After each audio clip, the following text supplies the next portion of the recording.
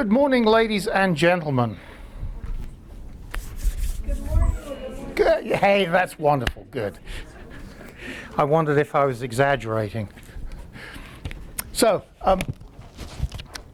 we've been through many aspects of renal function. Everything that we do from now on will be looking at how individual items are regulated. So now it'll be sodium, in the second hour it'll be potassium, and then so on and so forth. Okay, so let's start with this case. Case 12, sodium regulation, page 1. A 68-year-old man with biventricular heart failure from hypertension and atherosclerotic vascular disease is admitted because of increasing shortness of breath, orthopnea, and paroxysmal nocturnal dyspnea over the past 10 days. The patient acknowledges a 5-kilogram weight gain, what's that, about 12 pounds, and increased ankle swelling over the previous week. He's on a converting enzyme inhibitor and a beta blocker and furosemide. On physical exam, the patient has wet rales bilaterally and his oxygen saturation is low at 87%. Lab chemistry as follows. Even though we're going to talk about sodium, let's ignore the sodium for right now. The creatinine and BUN, we're looking at maybe his GFR is low. His BUN to creatinine ratio is about 20 to 1. I give you any feel? Yeah, probably something pre-renal. Okay. And so how would it be pre-renal in this patient? He's got heart failure, yeah. So he's got heart failure and he can't pump enough blood to perfuse the kidneys. Good. He's given oxygen and an intravenous dose of furosemide and placed on bed rest. His diuretic regimen is changed to furosemide at a much bigger dose and added a thiazide. And over the next 3 days, the patient loses 8 kilograms. What's that, 16? That's close to 20 pounds of fluid. Marked clinical improvement. So during this period, the patient's BUN rises from 36 to 60, and his creatinine rises from 1.8 to 2.5, which is now a ratio of 24 to 1. So, whoa, sorry. So did we screw this patient up? No, he's alive, right? Which is a really good thing. So it's kind of an oddity that we've probably reduced his body perfusion, but he actually got better. And, you know, I've been through this before, but it's a really important concept, so I'll go through it ad nauseum again. He, the real issue with this person, the thing that's going to have to be addressed before it kills him, is basically his waterlogged lungs. You know, waterlogged lungs just do not exchange gas very well, and he was in distress. So whereas we might not have improved his cardiovascular system, we have got rid of, what did I say, 20 pounds of fluid? Gosh, that's a lot. 20 pounds of fluid, and so his lungs are now able to exchange gas. And now you're looking at me and saying, well, I thought you were going to talk about sodium, Rowe. So let's not get onto sodium for right now. Let's talk a little bit more about that. So one of the main things that we have to do to stay alive is we have to deliver oxygen to the tissues. Okay? Without oxygen, it's no good. And so in order to get oxygen to the tissues, first we've got to have good lungs.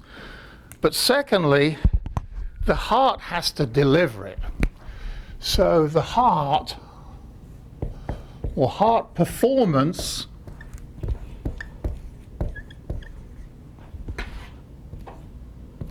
is critical. And the heart generates a pushing pressure.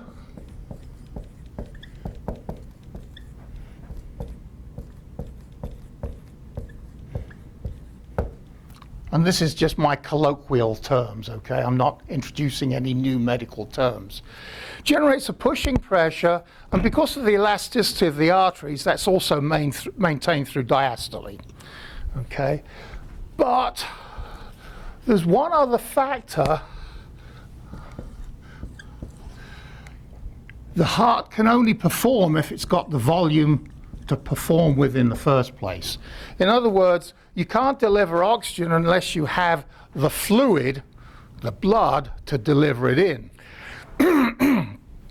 So there's two aspects of maintaining oxygen delivery to the tissues. One is the ability of the heart to push, and clearly this guy doesn't have a heart push. And then the second is the heart can only pump what it receives. I mean, that's just an undeniable fact. So if the plasma volume goes down, no matter how good the heart is working, it's going to have more trouble delivering the oxygen. So what's the rationale? So if you or I, who hopefully are healthy, if you or I have trouble getting oxygen to the tissue, the first thing that we're going to try and do is get the heart performance going, okay? And that's it's kind of a no-brainer. But if that fails, then there's a second aspect that we can turn on. So the heart says, okay, I'm pumping pretty darn well, but I'm still not getting my oxygen to the tissues, and I'm still not getting the delivery, the volume to the tissues. So obviously, I can tackle this by increasing the volume.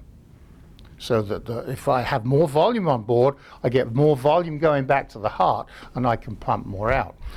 And it makes good physiological sense, okay? Until you have heart failure. Okay, so the guy in heart failure, his heart's trying to pump all that blood out, and it's saying, gosh, can't get enough, let's retain some more fluid. You retain more fluid, so you can get more fluid back to the heart, but the heart's still incompetent, so it can't pump it out. So it says, oh, well, maybe we need to retain more fluid, and it becomes a vicious cycle of what we call decompensated heart failure. Okay, so that's, and look, we've been through this before, right? And I make no apologies for being tedious and going through it again, because I think it's a kind of a useful thing to know about. Okay? Whoa, sorry. Any questions on? So we started with dysfunction. I suppose we ought to move on to function. So if we flip the page, and on page 2,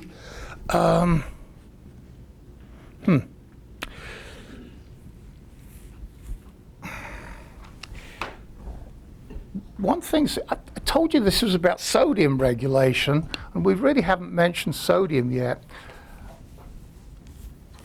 I would like to point out that we don't have any mechanism to determine the amount of sodium on board. Okay? What we do have is a mechanism to detect fluid volume. So when we're talking about sodium regulation, really it's a code for volume regulation. And understand that sodium and chloride are the major osmotic components of the extracellular space. And if we have a way of controlling all osmolarity, which we do, then the amount of sodium on board should be directly related to the amount of fluid on board. Okay? And so now I'm going to substitute, we're regulating sodium, well, we're kind of regulating fluid volume. Okay?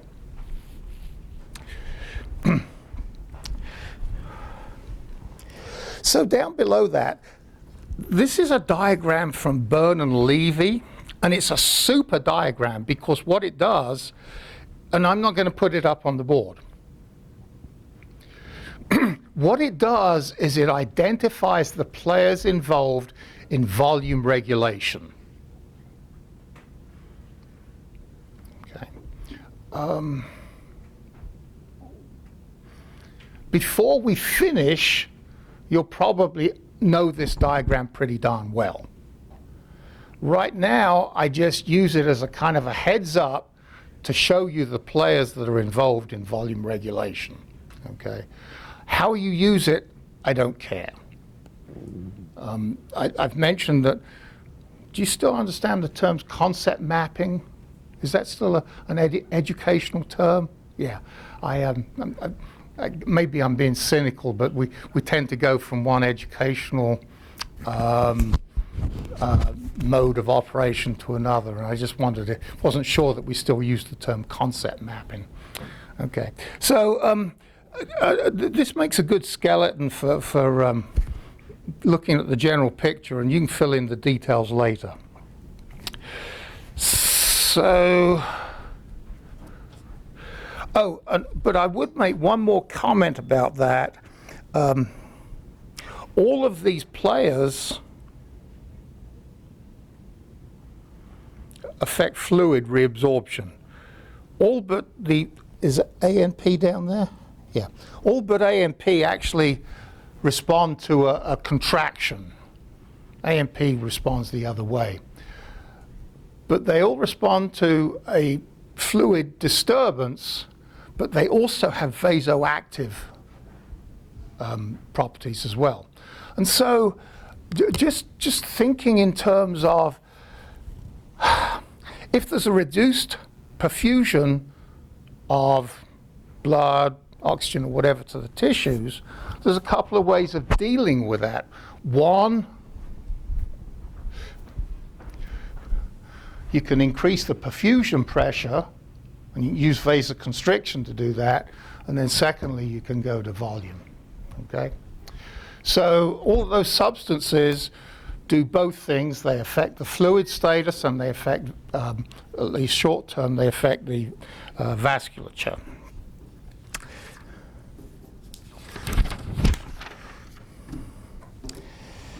Okay, and before we get on to the nitty-gritty, let's flip to page 3. And let's talk about the sensors. Remember I said the sensors are such that we don't have any sensors for sodium, but we do have sensors for volume. Okay? And I'll just call them the high pressure carotid or arterial receptors, arterial sensors, arterial sensors. Also, maybe I should call them baroreceptors, because that's the term we usually use, right? Baroreceptors.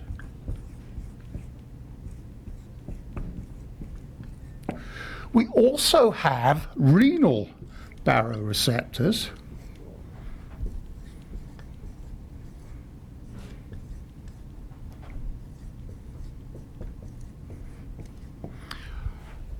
And these are on the high pressure side. We also, as you probably already know, we have low pressure and it's basically they're baroreceptors.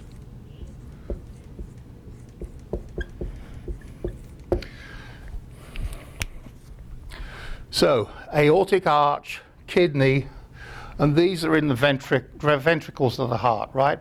And you've been through all these before, right? I don't have to spend a lot of time on these, yes? No, I saw a no. Okay, so I will spend then just a little bit more time.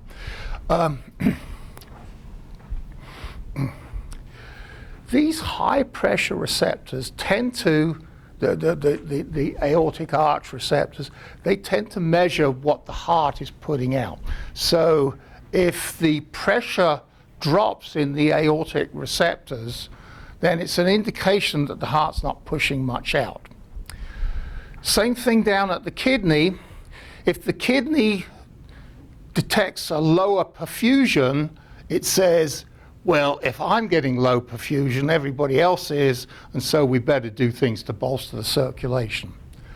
The low pressure receptors in the atria, right atria and right ventricle predominantly, these are basically receptors. Have you done AMP at all? Okay. So these are the receptors that produce AMP. They respond in the opposite fashion. The ones that we were talking about, the high pressure receptors, are basically looking to correct a loss of volume. The low pressure receptors are looking for an expanded volume, and so the low pressure receptors are really much more measuring volume, and the high pressure receptors are measuring volume delivery to the tissues. Now, did I just confuse anybody by saying that? I'll say it again just to be sure. So on the arterial side, we're measuring volume delivery to the tissues. On the venous side, the low pressure receptors, we're essentially just monitoring the total amount of volume that's on board. Okay? And so if there's too much volume, we release AMP and you pee out sodium. Okay? Have I confused anybody? Okay. So what about this case? What are the high pressure receptors detecting?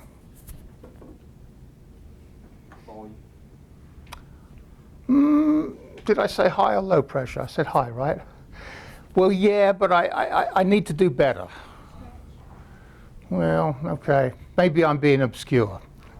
The high pressure receptors are indicating that I cannot get, my heart's bad, I'm not getting enough delivery of blood to the tissues. Okay? And they're going to be stimulated, right? What about the receptors on the venous side? Are they going to be stimulated? Oh yeah, oh yeah, big time. So you've got conflicting signals. So who wins? You know who wins, don't you? Yeah, I mean, clearly, clearly, this is the most important. We've got to get, no matter what the volume is, we've got to get it to the tissues. So the fact that this is low dominates the signals that we get here. Okay, and so in heart failure, presumably we could use these natriuretic factors as an indication of heart failure, right? Because we'd have a problem here, but ANP and BNP would go up, right?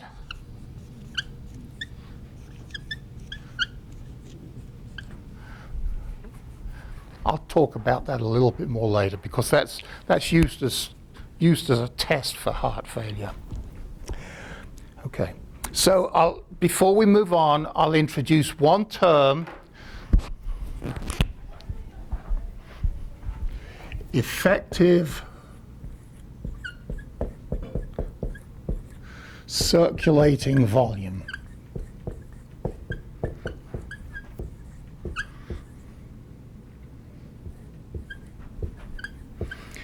Often abbreviated just ECV. It's the same thing that Costanzo calls effective arterial blood volume, I believe. She calls it effective arterial blood volume. Same thing. Okay. I think most people prefer this, but just understand these are the same thing. What do they really mean? If we just measure the volume that we have on board, we've already determined we've got mixed signals. The only thing that's important is what's being delivered to the tissue. And that's effectively, this is what this defines. It's the effective circulating volume. In other words, the effective volume that arrives at the tissues. Okay? And so just understand that terminology.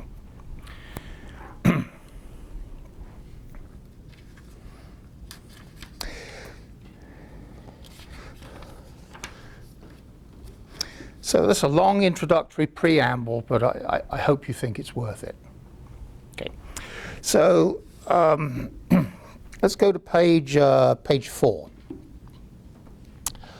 This is directly out of Costanzo. So we're going to basically list the things that monitor ECF volume, extracellular fluid volume.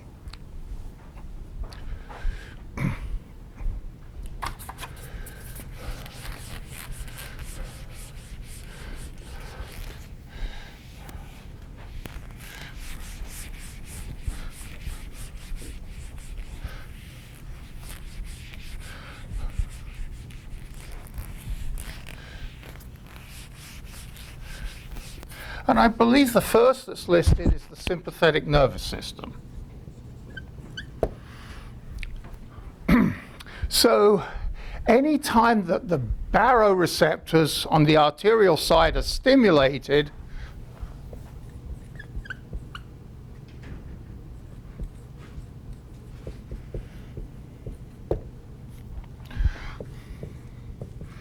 you stimulate the sympathetic nervous system. The sympathetic nervous system then can do two things. One, it constricts the afferent arteriole,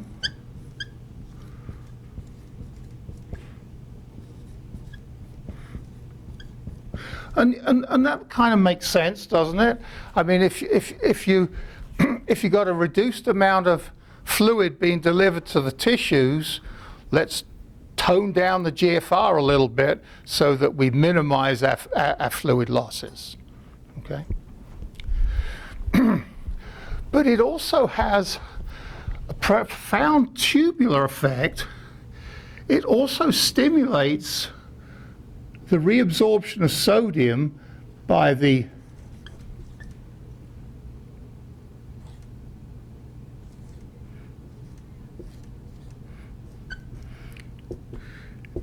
Na hydrogen exchange in the proximal tubule.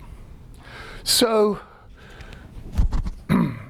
perhaps often not well recognized, it does have a profound effect on sodium reabsorption, the sympathetic nervous system. Of course, most of these actions are in the proximal tubule. Okay. So the second what was the second item? Oh, yeah, AMP.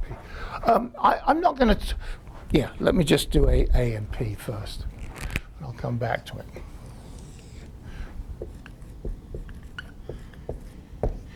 BNP. And remember, these respond to an expansion of volume. And the receptors are in the atria and the ventricles, and they respond to stretch in the venous side of the circulation. Atrial natriuretic peptide. I think Costanzo calls it atriopeptin. Same name. Don't worry about it. Most people call it ANP. Okay, just understand that they're both terminologies. I think this is about 28 amino acids. I think this is 32. So they're reasonably small peptides. What's BNP? Originally it was detected in the brain and we called it brain natriuretic peptide. But it is clear that it is also released in the heart also. And so what was originally brain natriuretic peptide, we just call BNP now. ANP is a lot more potent as a natriuretic substance than BNP. Okay. They're both released, but we use BNP as an indicator of heart failure. And this should now make sense to you. So we can actually do a test. We measure BNP, and the reason we measure BNP is that although it's not as potent as ANP, it is co-released with ANP, and it's got a shorter half-life, it's got a longer half-life, so it's easier to measure, okay? And so it is a fairly routine test now to determine the degree of heart failure, okay? So, as you might predict, in heart failure, you got the same situation. You can't get enough blood to the tissues, but you're retaining fluid, and that will stimulate both AMP and BMP. Okay?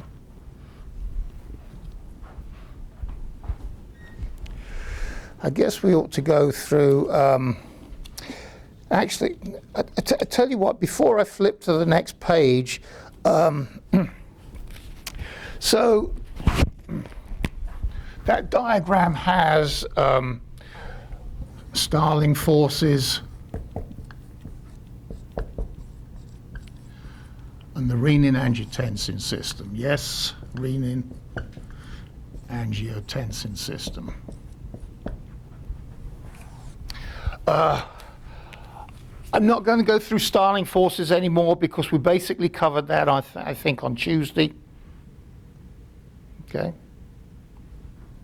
The renin-angiotensin system we'll do in about 5-10 minutes, okay?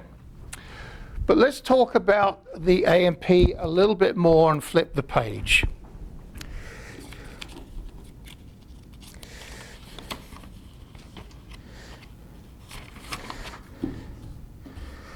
And I've got a list there of actions. And you know that you're medical students and you remember lots of facts, right? I don't think you should get too bent out of shape about all these mechanisms. Basically AMP is a vasodilator, and it's a natriuretic compound. The fine mechanisms are probably not that important. There is general systemic vasodilatation. There is afferent arteriolar dilatation. And textbooks like Costanzo and a few other textbooks say that there's efferent constriction. So that would increase the GFR, right? Which is kind of good if you're trying to get rid of sodium. Not sure whether I believe the efferent. That's still a matter of dispute. So just remember, it increases GFR and it increases sodium reabsorption. So what's the mechanism of sodium reabsorption? This is not something you really need to write down because it's pretty much untestable. There has been a lot of evidence for involvement of inhibiting reabsorption at many points. ENaC is probably the most popular, okay? It inhibits ENaC, but there's evidence that it affects sodium potassium ATPase, sodium hydrogen exchange, all sorts of things. So the good thing about this is that since we don't know much about it, you don't have to remember it for an exam, okay? But the bottom line is it inhibits reabsorption, okay? It also inhibits aldosterone, it also inhibits renin.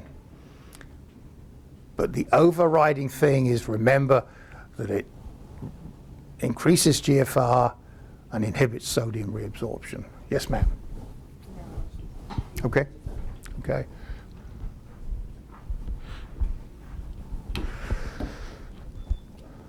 Starling forces with, there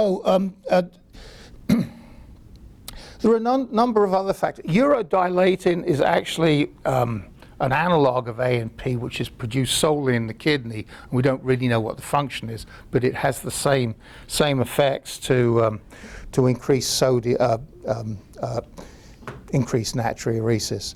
And actually, all of those other substances do the same thing too. But I just added those as a list. Probably should be aware of it, nothing more. Sorry, I have a question. Yes. A couple of us heard you. I'm sorry. A couple of us heard you incorrectly. Did you say that AMP increases the GFR and inhibits sodium reabsorption? Because on our handout, it shows that it decreases the GFR. So we might have been hearing something. It does? Oh, gotcha. Okay, we're good now. Yeah. Well, does it? Does it say? Okay. Yeah, it's- I was going to, you had me worried for a minute. I thought, gee, did I really say that? Oh, gosh. No, you said the right thing. Okay. We were looking at the decrease in ANP and not like. Okay, good, good. Thank you. You got me worried. So before we get to, yes, before, yeah, go ahead. So does it decrease any reabsorption or increase it? It decreases reabsorption. It increases natriuresis. So the way you increase natriuresis is by inhibiting sodium reabsorption. Okay. Okay? If you inhibit reabsorption, it gets peed out, natriuresis. Okay. So before we get started on the renin-angiotensin system, because this is really interesting stuff to me. Any questions on what we've done so far? Okay. Let's start with the renin-angiotensin system.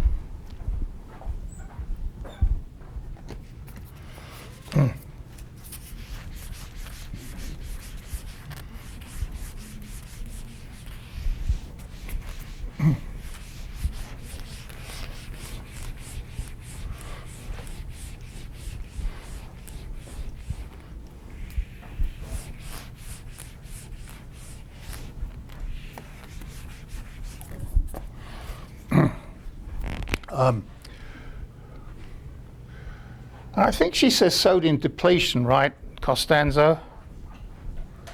Oh no, it says reduction in pressure. So if the perfusion pressure to the kidneys falls,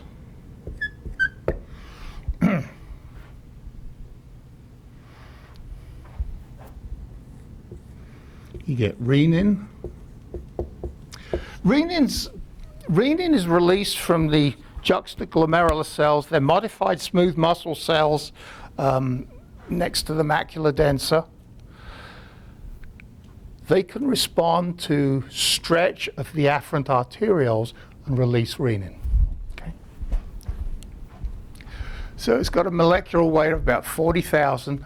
So it's an extracellular enzyme which converts a substrate, and I'm not going to write angiotensinogen up on the board, but it's renin substrate. What's in the handout? Angiotensinogen?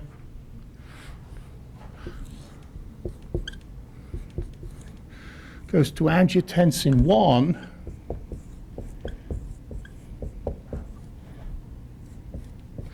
which is a decapeptide, has 10 amino acids, and has very little biological activity.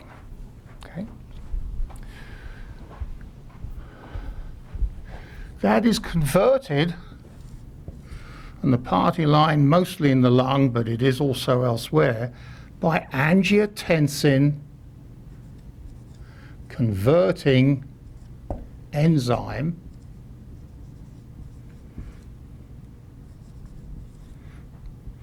to angiotensin 2,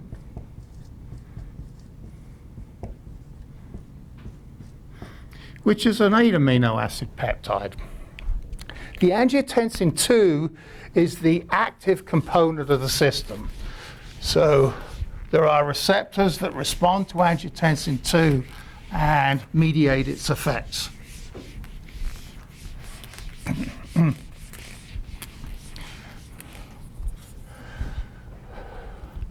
So whatever we do or don't know about this,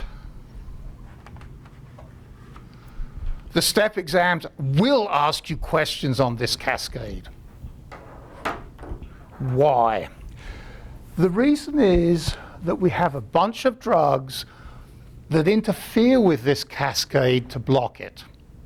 Okay? I think the first, where is angiotensin? We have ACE inhibitors, which have been around since about 1975, that inhibit angiotensin converting enzyme.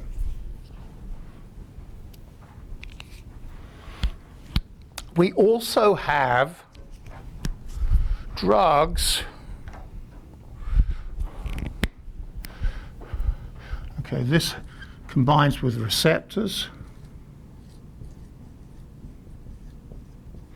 Angiotensin receptors.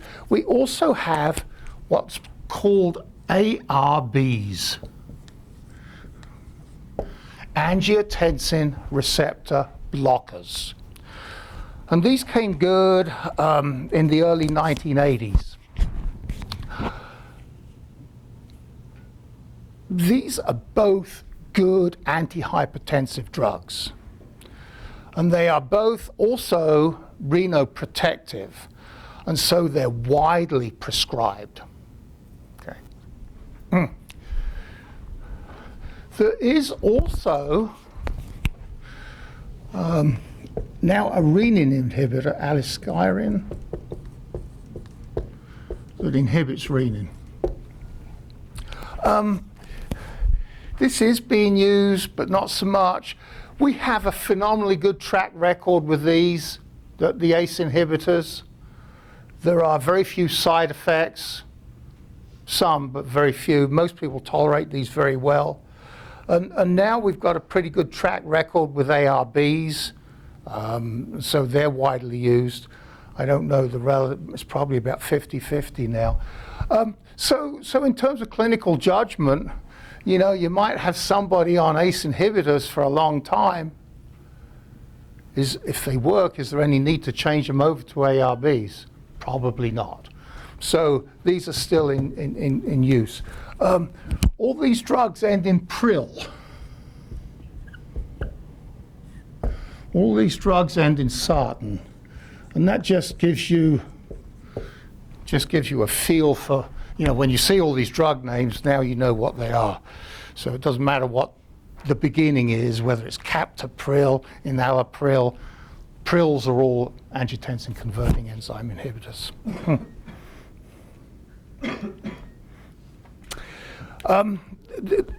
Taking it one step further, the STEP exams like to test your understanding of this cascade by asking you what happens if you give such and such a drug.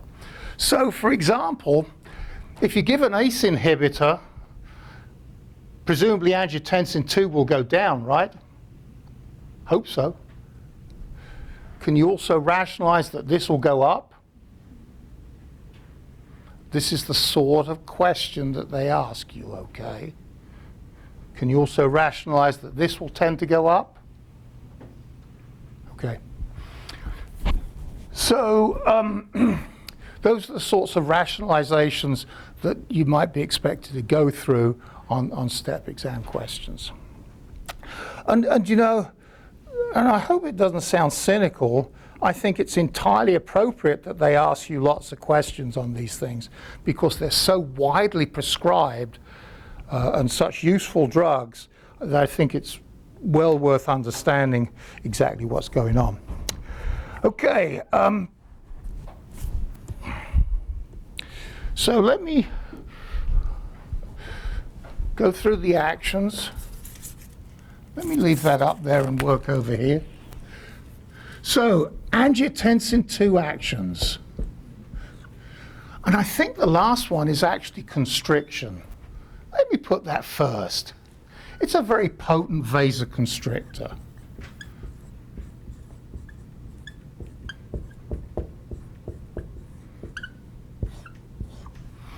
Okay?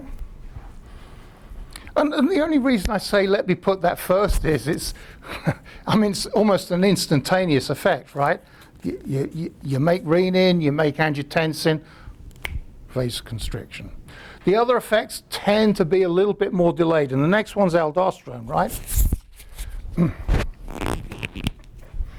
It also stimulates aldosterone. And these are probably the main effects that you need to know. Okay. I have also listed, I suppose I should mention aldosterone. Oh, did I screw up, Jerry? Yeah. I got to stand here like this, right? I can't do that. So where was I? Oh, aldosterone. Aldosterone retains fluid. One of its actions is it retains fluid. Basically, it retains sodium and thus fluid with it. And so angiotensin is vasoconstrictor, and then longer term, it'll kick this guy in and retain fluid. I'll talk a little bit more about aldosterone later, but I think the next one is probably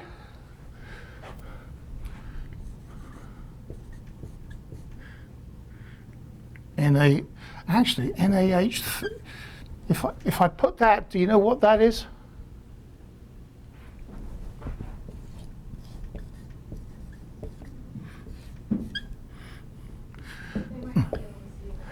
Oh.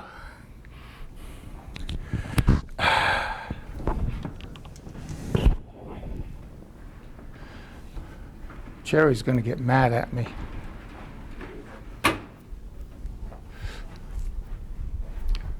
They can see it at the back. It's these guys that can't see it, right? You can stand up. Okay. So it's the sodium proton exchanger. Okay. There are also some other actions which are perhaps more incidental. Angiotensin also increases thirst, and it also increases sodium appetite. I'm not going to put those up on the board. I think thirst is on the sheet. Yeah. But even though I've said that the first two, the constrictor and the aldosterone, and the sodium hydrogen exchange are the most important, obviously it kind of makes sense, doesn't it, that if you want to retain fluid or get more fluid on board, you'd also increase thirst and salt mechanisms. And so that is true also. But I think in terms of exams and what you really need to know, the three that I've put up there. Yes, ma'am? For vasoconstriction from angiotensin 2, does it constrict both the afferent and efferent arteries? So the question is, does it constrict both the afferent and the efferent arterial? Yeah. Let me backtrack one. It vasoconstricts just about every vascular bed. Okay, so muscles, mesentery, it causes general vasoconstriction and raising blood pressure that way. It does also constrict the afferent arteriole. Now, we did describe a special case where many scientists believe that it has a preferential vasoconstriction at the efferent arteriole, and it's stated that way in Costanzo. So it should increase GFR then, if it... It can potentially increase GFR. It can potentially, but yes. Actually, if you give angiotensin blockers, it lowers GFR. So it's complicated. And of course, it's complicated by the fact that it also changes blood pressure. So just okay? understand that it has a general vasoconstrictive effect. Yeah, that's where I'd like to leave you right now. I try not now to focus too much on the kidney effects, or at least on the glomerular filtration effects. Okay. So anything else we need to go over on that? No. Okay. Oh, okay, so we may take a little longer on the first hour. I put this new diagram in this year, and I'll try to reproduce it exactly so that it looks the same.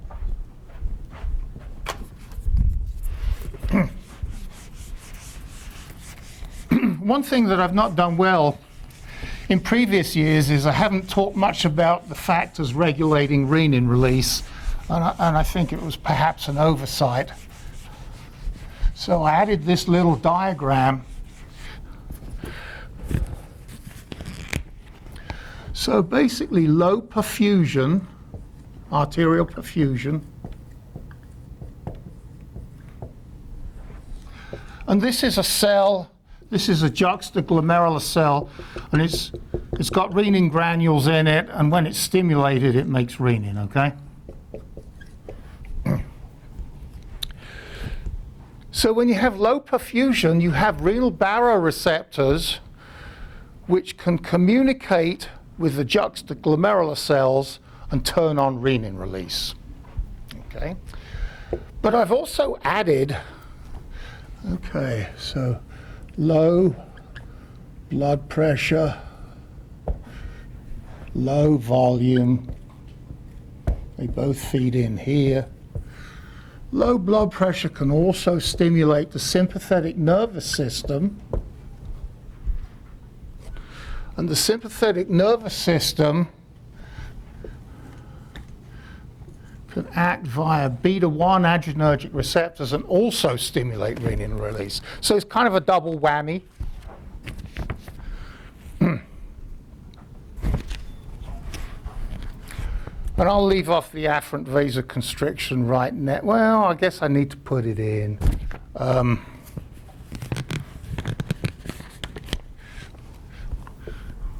So the afferent vasoconstriction would tend to lower the perfusion also.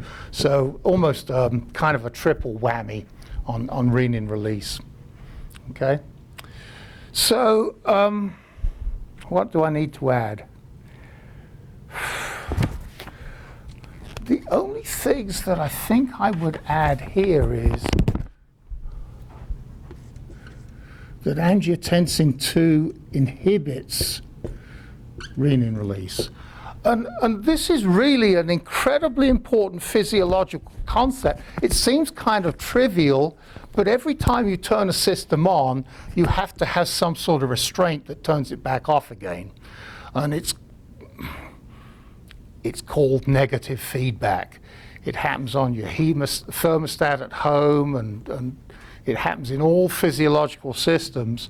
So angiotensin 2 inhibits renin release, and it's just a normal feedback loop. Okay. I'll also say that low potassium, and I'll come back to this later, low potassium stimulates renin release. Not at the beta receptors, but it stimulates renin release. And I'm going to come back to that in a little while. So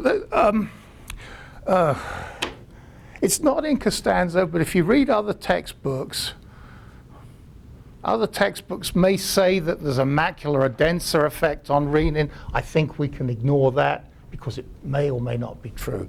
But this is the basic setup. Okay, so let's look at some pathology.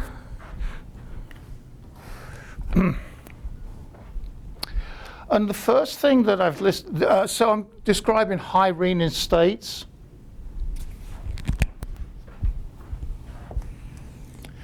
Renal artery stenosis, or even aortic stenosis above the renal arteries.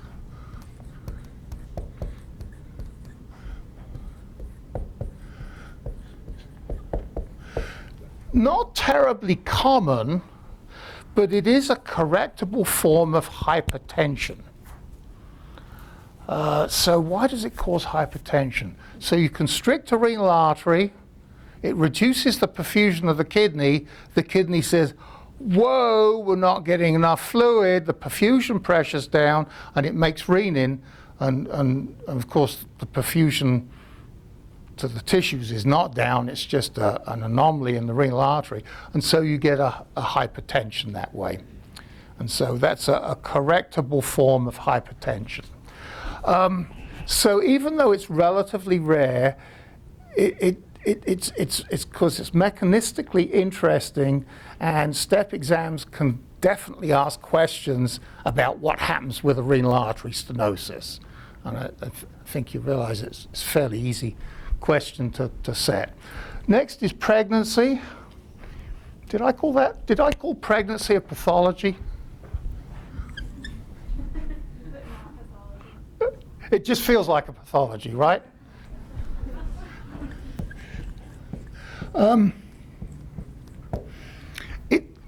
It's actually a high renin state, but basically it's not causing increased blood pressure in eclampsia, okay, and preeclampsia.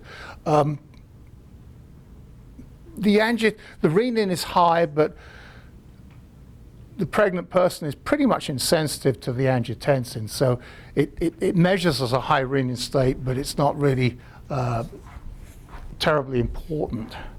Hypotension. This is a no-brainer, isn't it? I don't really need to say anything. If the blood pressure drops, then low perfusion, renin is secreted to try to correct it. So that should be obvious. What's the next one? Oh, congestive heart failure. Okay.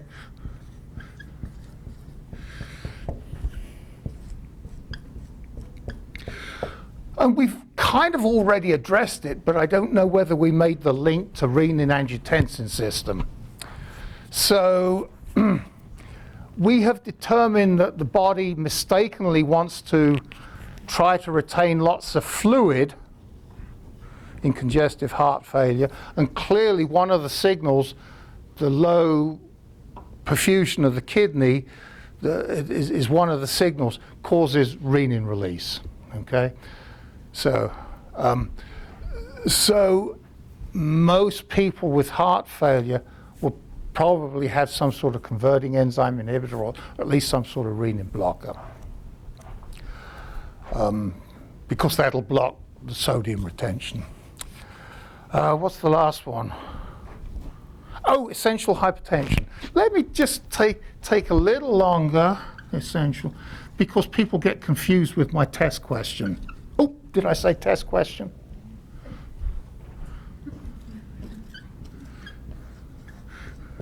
And I certainly don't want to be in the business of confusing anybody. Essential hypertension affects probably about 1/3 of the American population. So it's an extremely important disease process that we need to be familiar with. However, essential hypertension is probably a myriad of different types of diseases. You realize that essential is just our medical code word for we don't have a clue. Okay, we got all sorts of words, you know, idiopathic, essential, primary. These are all words that say we're idiots, we don't understand. Okay, so essential hypertension just basically means that you got hypertension, we don't know what caused it. And I think it's kind of a no-brainer to understand that there could be multiple causes. And indeed, essential hypertension probably does have multiple causes. And one of the reasons I say that is that we can actually measure plasma renin levels in essential hypertensives. What do you think? Do you think they'd be high, low, or normal? Yes. All right. So whatever answer you gave would have been correct. Yes. Yeah. And I'll just make some rough guesstimates. About 1/3 of essential hypertensives have high renin. About 1/3 of them have low renin. So presumably it's not the renin causing. And about 1/3 have normal renin, which probably, given the hypertension, is probably higher than it should be. So in general, many essential hypertensives will respond to angiotensin blockade. Okay.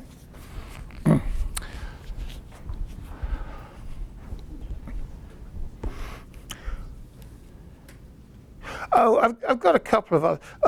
There are a couple. There's, I guess, some exotic diseases. Wilms tumor in babies is a renin-producing tumor. Very, very rare. Very rare. You'll probably never see a case of Wilms tumor. That's a renin-producing tumor. Bartter syndrome tends to be a high renin state too, but it's a high renin state. And remember, it's something to do with that loop pump. It's the sodium potassium chloride co-transporter that's DUD, and it tends to be a high renin condition. but it doesn't usually present with hypertension. So just to round that off. Questions before we go to aldosterone? Okay, let's go to the last page on aldosterone. We're going to cover aldosterone a little bit more later too, but let me just get started.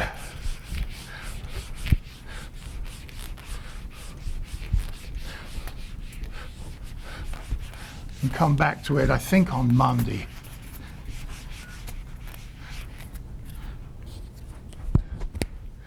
Aldosterone. And then we'll take a break.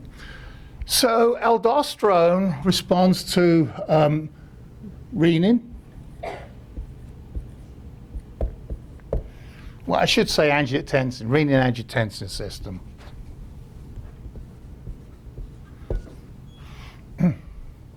And it also responds to hyperkalemia.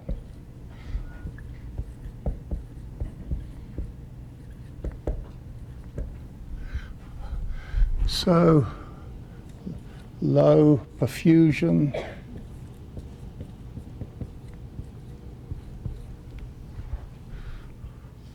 So what does it do? It retains sodium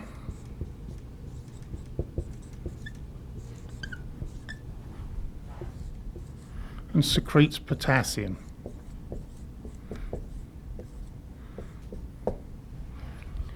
Okay, is there anything else on that diagram that I've missed? Oh, yeah. So AMP inhibits aldosterone, and that makes sense, I think. Anything else on that diagram that I've missed? Not really. Okay. And I'll leave it at that right now. I think you'll realize that if we're smart, we might start to ask questions. Well, can you have low perfusion and hypokalemia? If so, what's the overall effect? We'll get into that a little later.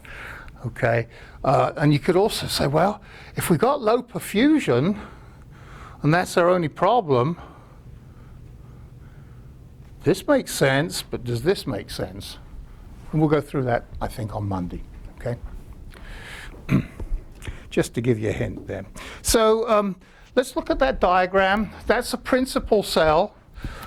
And then as soon as we've done that, we'll take a break.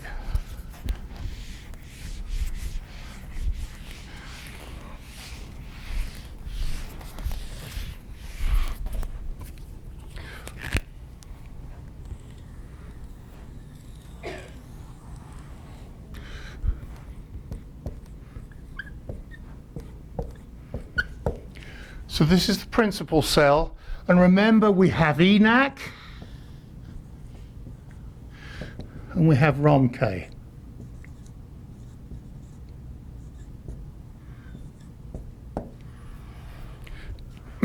Aldosterone works on this cell in particular to turn on ENaC.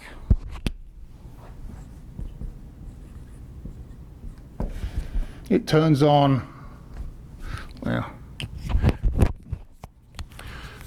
basically it turns on the whole cell. So that goes up, that tends to go up. And some aspects of metabolism, energy metabolism, also go up as well. So basically aldosterone turns that cell on. And that kind of fits with what we said over here. It turns on sodium reabsorption, retains sodium, and it also turns on potassium loss, secretes potassium. Okay? Yes, ma'am. Earlier you were talking about what increases renin release from the juxtaglomerular cells. You said that low potassium stimulates renin release? Yes. So I said low potassium stimulates renin release, and really it's going to be critical when we develop an argument as to how we can reconcile all this stuff. And I'll go through that on Monday, okay? And it's a good question, a really good question, and it's so good that I figured that I needed to spend about 20 minutes going through it on Monday, okay?